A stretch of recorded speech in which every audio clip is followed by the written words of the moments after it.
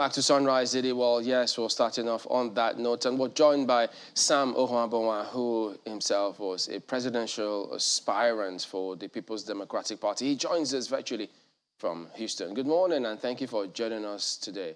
Well, very good morning, actually, because it's really early where you are, and we appreciate you staying up to join us today on the program. Well, starting off with your party, this internal wrangling, crisis, rifts, however people describe it, that is going on or playing itself out, it doesn't appear as though it will be addressed before the campaign starts, sooner rather than later, because given the way things are panning out and how members of the party, they give this vibe that they may have just moved on, saying, look, whatever happens, happens. Is that the same reading that you get? Perhaps you could tell us, are we making a mountain out of a molehill about all of this in the first instance? No, well, thank you, Chamberlain, for inviting me, and good morning, Nigerians.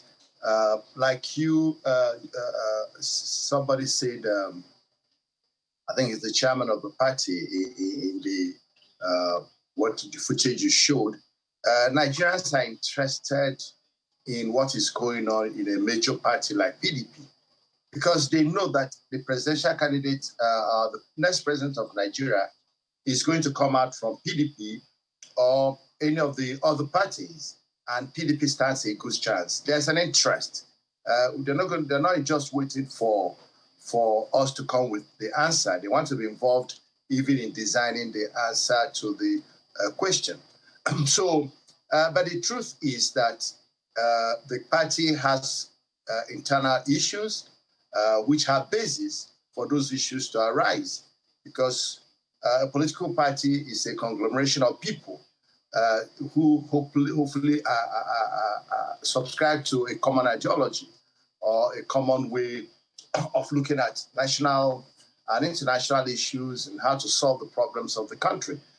And then there are bound to be difficulties and challenges, especially in processes and procedures for getting things done. We know the story of what has caused the current dissonance in the party right now. I think that the party has finally come to grips and understanding of what the enormity of the problem is. I think at first we intended to downplay it. We thought it's something that we could, that could resolve itself.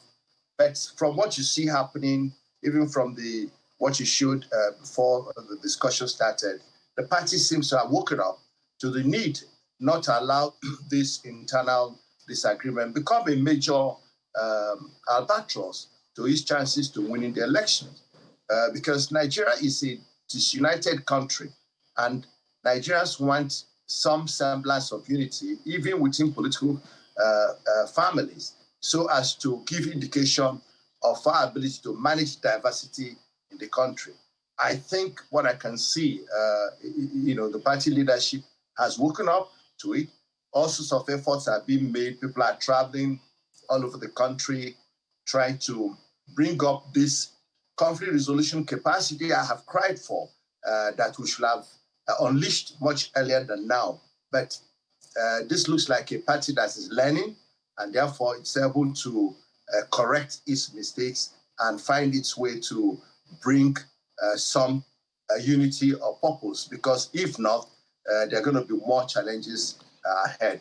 I can see that the work to repair the damage has started, and if we remain committed, determined, and very fair to everybody involved, then I think we'll eventually get the problem resolved sooner than later.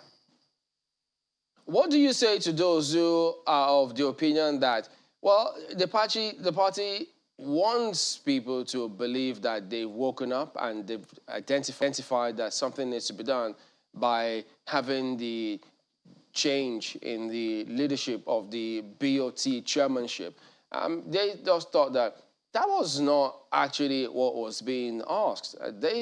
What was dominant out there is that the chairman had to go, such that several rearrangements will be done on that premise. But what they saw was something contrary, and as such, it never even really took off, let alone start the reconciliation at all. No, I don't think you're quite correct, Chamberlain. Because if for those of us in the South who have complained that currently the party leadership seems to be tilted so much to the north, we always start with the BOT chairman, the chairman of the party, and the presidential candidate. Those are the three main positions that are being highlighted. So if one of them has been resolved, well, you can't say nothing has happened. Something has happened. Secondly, in political disputations... was the position of the BOT chairmanship one of the demands? I mean, it was one of the ones who were pointing attention that these leading party positions or positions of the party were occupied by one section of the country. The position of the BOT chairman was part of it, which is why the BOT chairman had spoken earlier on, and I took what I call an honorable position to set the ball rolling. You know, it's not just saying, I like equity, I like fair play, but let me show an example. And I think it is. You know, in political disputations, as I was saying, and in every other disagreement, there are about to be compromises. But the question is, if that compromise is done in goodwill and understanding or empathy to each side's view on an issue, we do modesty and apology.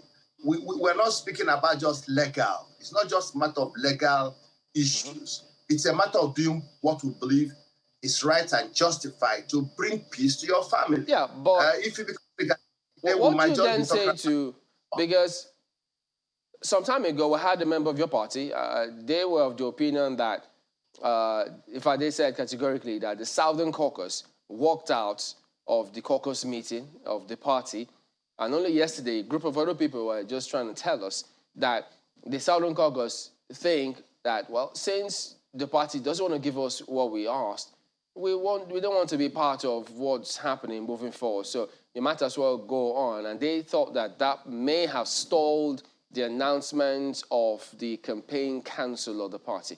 What can you tell us about that?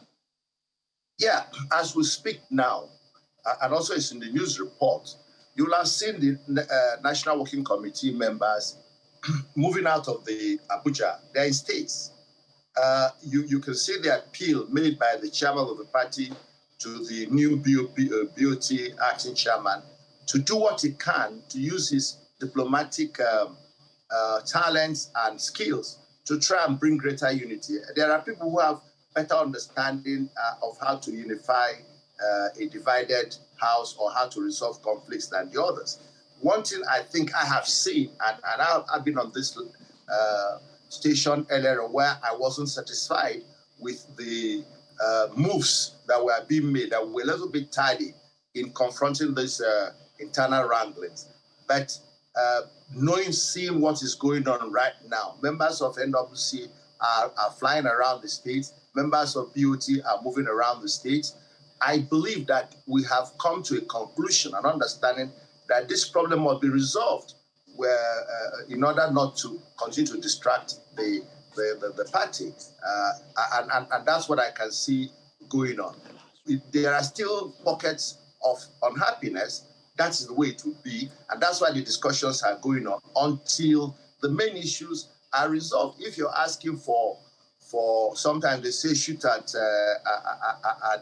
the sun, maybe you get the moon. That's what goes in political negotiation. So, what you might be asking may not be what you get. What do you consider as? Pardon me. What do you consider as the main issues?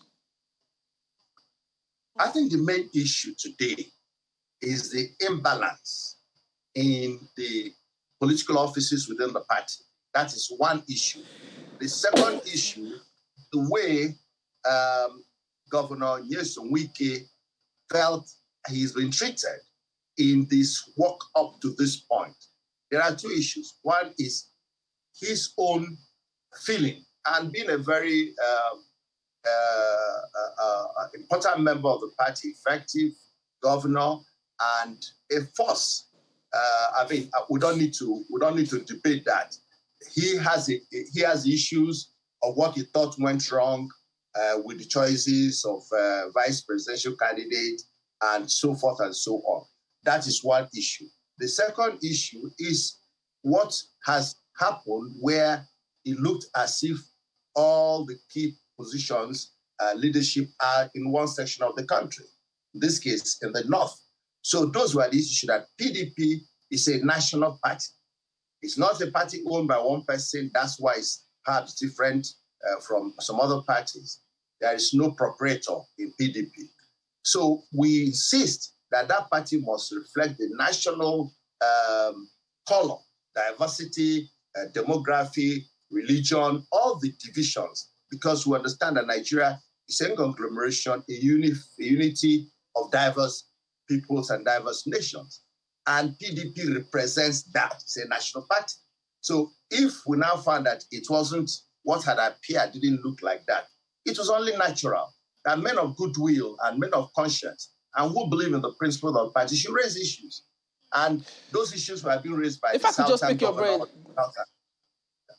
Yeah. Again, if I could pick your brain on this one, because, I mean, we heard Chief Bode George also say that they wanted that change in the party leadership, chairmanship specifically. And now that party members have flown to the South to try and talk to them down South, meaning, yes, they understand that something needs to be done about what they think. I wonder, what do you think they're going to be telling them? Because, look, we want a chairmanship you didn't give to us. What are you going to be telling us now? Because, look, are you promising us something that perhaps if or when you win, because it's not sure, it's not a given, so more like promissory notes, would that be acceptable? Well, this is Chamberlain, you know, there are methods of getting things done. You might want to solve a problem, and if you solve it in an inappropriate manner, you cause more problems down the line.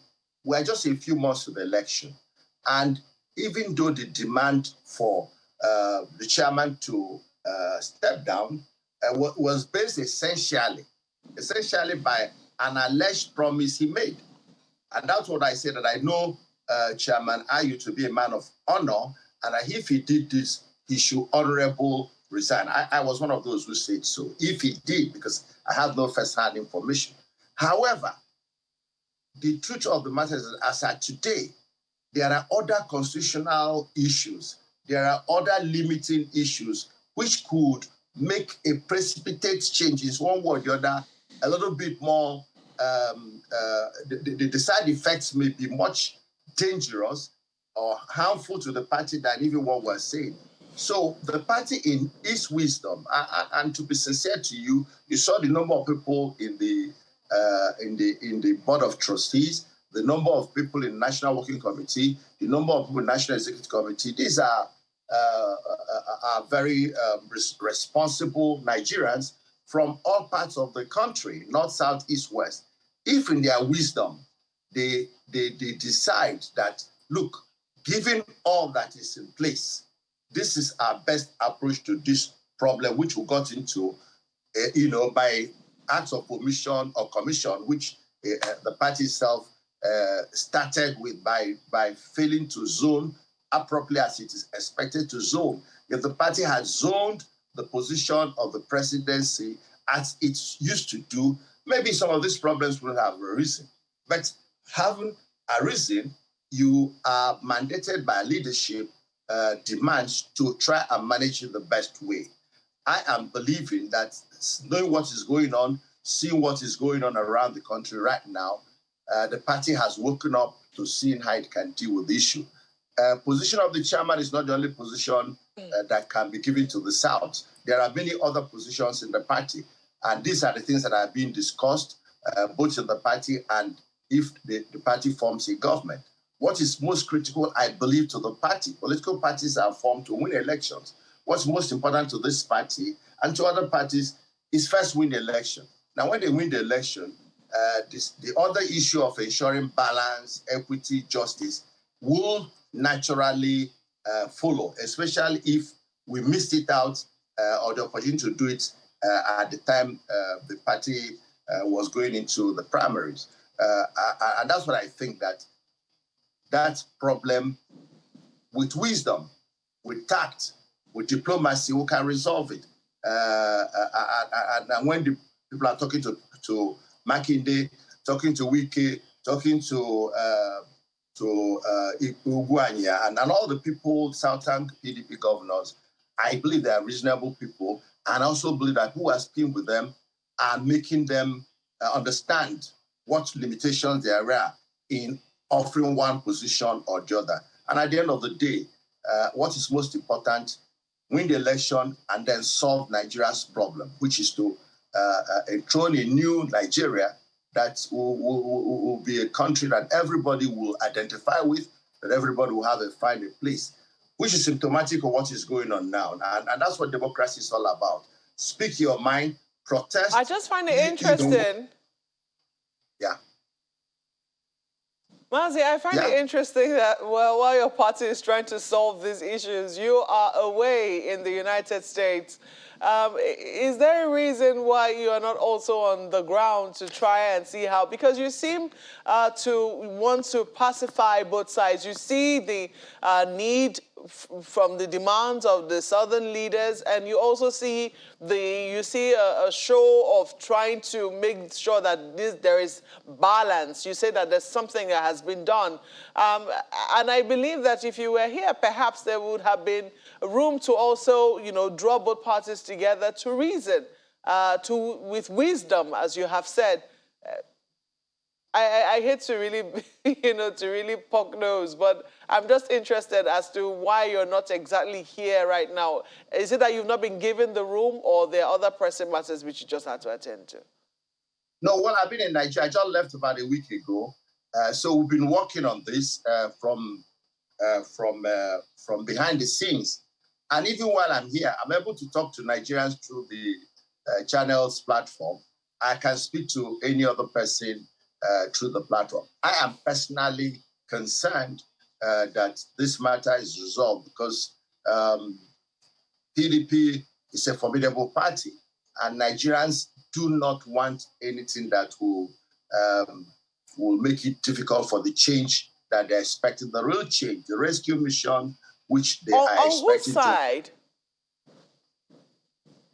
Mazi, on what side are you intervening on? I mean, you say you've spoken to a few people. Who precisely are you speaking with? And what are you telling them, for instance? I am intervening largely on the part of the party. I'm a leader.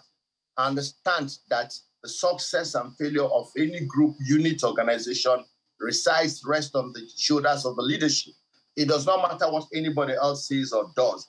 As a leader, I cannot give you an excuse that I failed because somebody else, a peer, a subordinate, or a follower didn't do what he was supposed to do. That's a sign of failure. So I'm speaking to our leadership from the topmost down that this is the way we should take this matter.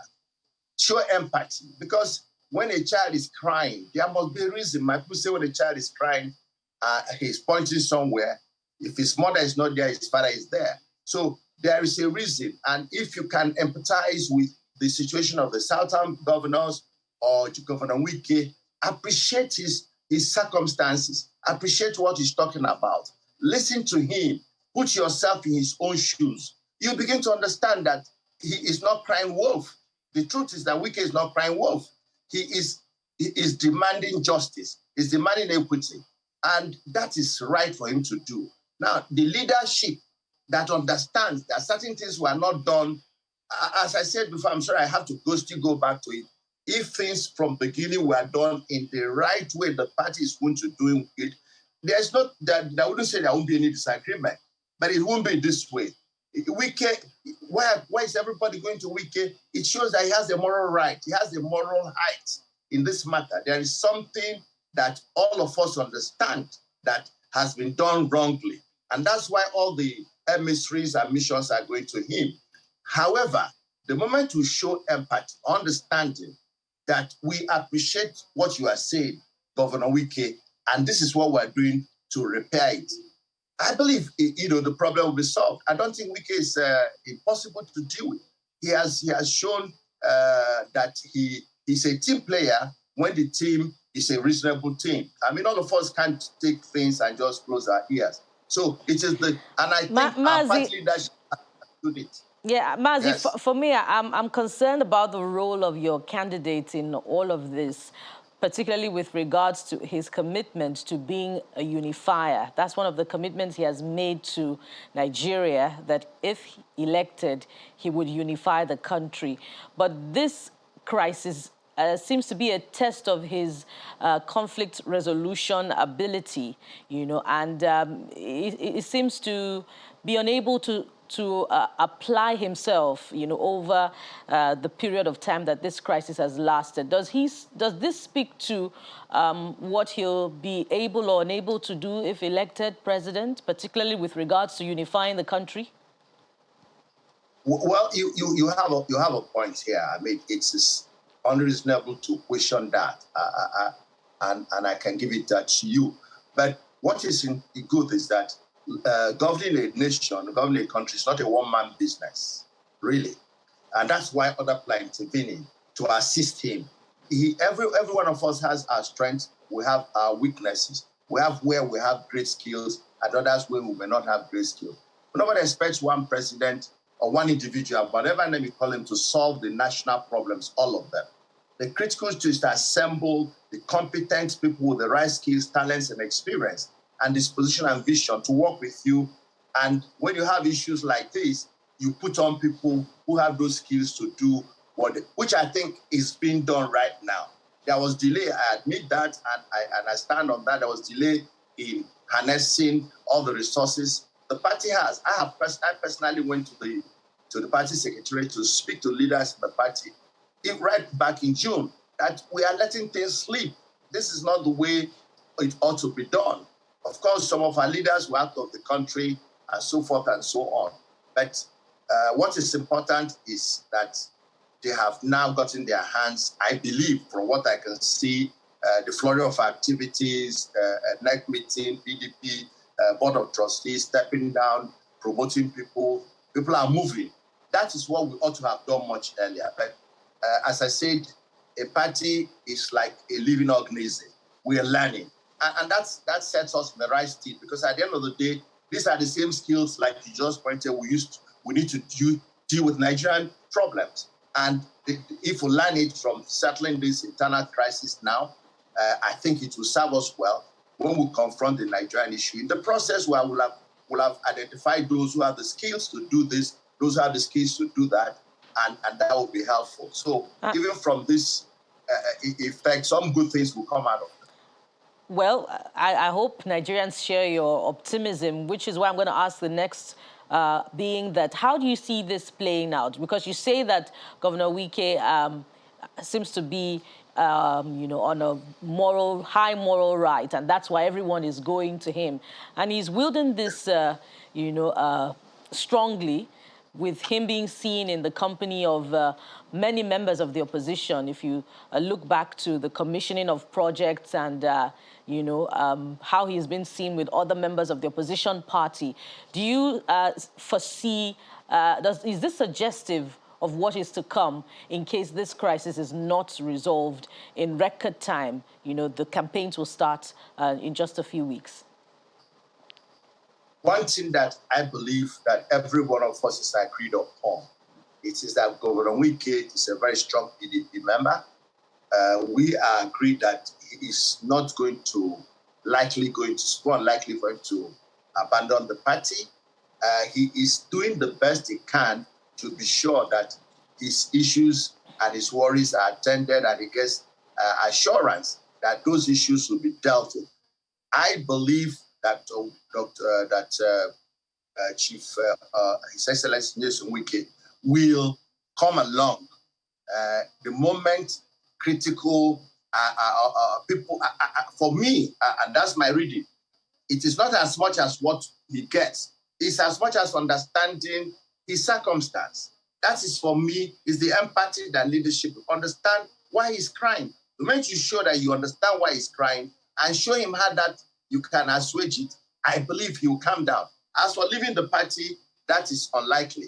As for inviting people to the state, for me, he's promoting PDP, because all the governors is calling to the state. He's not going to see what a PDP governor can do, you know, and he's a very staunch PDP ambassador. So for me, it's a way of advertising our party, and I believe that those APC and other party leaders that are going there, it's a way of sanctioning and endorsing the kind of quality leaders and performers, some of them that PDP has, and Wike is a poster boy in that regard. So it's positive if you look at it from this my point of view. Well, it's a nice way to look at it. I mean, when you look at the fact that, okay, all shades of opinions, all shades of political divides have gone there. I wonder what they think right now. But there's more to unpack with you, Mazi, when we return from this break. So please stay with us.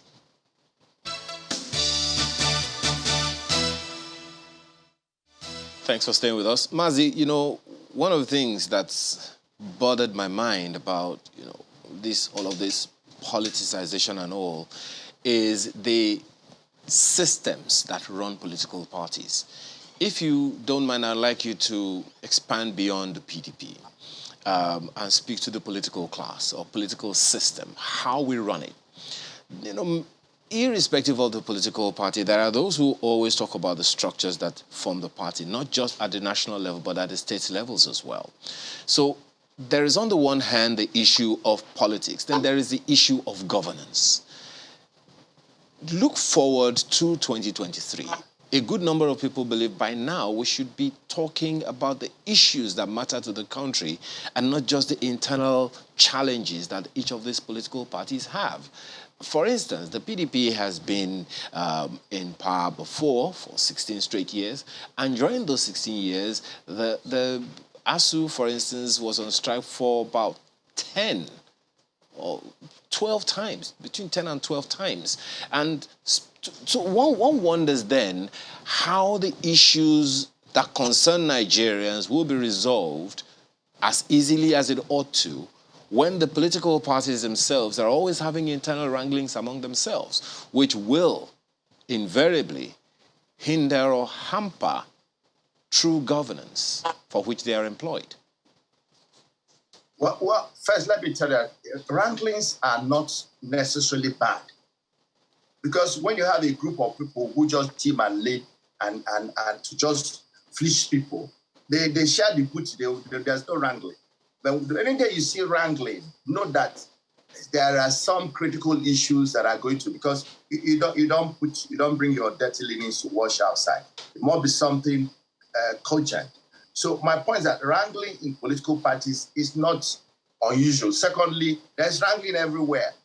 But it's just that gets more attention, and understandably that political parties are big organizations that affect every Nigerian. So wrangling per se is not bad, because if we all agree, then there's no progress. I can tell you that PDP will be a better party after this. I can tell you that it will be a better party after this crisis. We're going to resolve it. We have a new party. And that's why some of us are in politics. It is to bring the change. We Nigerians are tired of the old system where politics was sometimes tended to be more individualistic rather than looking at the common good. And it is that inability to look at the common good that has caused some of the issues you have raised. And there's a transition right now. You can see the entire Nigerian political scene is going through a transition. Competition is coming. New parties are coming. New leaders are emerging. And that is what will bring change to our country. Because if we just, if we didn't have a chance for this kind of dialogue, contentions of ideas and issues, Nigerians will be taken for granted. Everybody is watching everybody. And the Nigerian populace is also getting agitated, much more politically sophisticated.